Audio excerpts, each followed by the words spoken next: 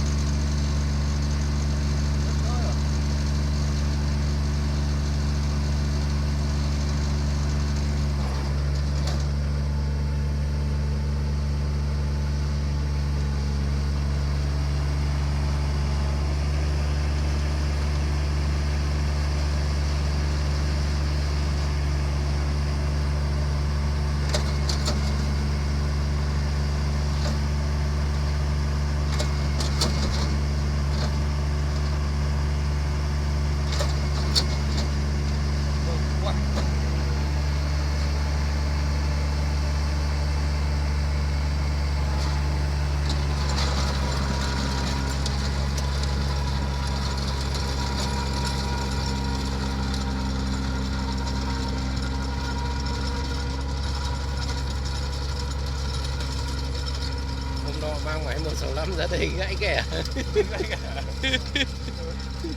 Tôi đem ra chìa răng cho nó, đất bám ở